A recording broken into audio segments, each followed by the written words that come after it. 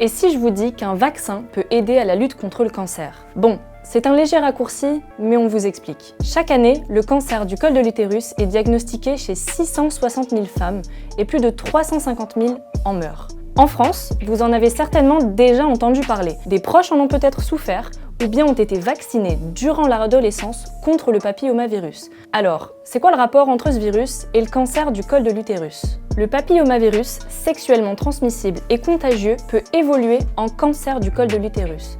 Au Malawi, où Médecins sans frontières participe à la lutte contre ce cancer, 99% des cas de cancer du col de l'utérus font suite à une infection par le papillomavirus. Le pays a le taux de mortalité lié à ce cancer le plus élevé au monde.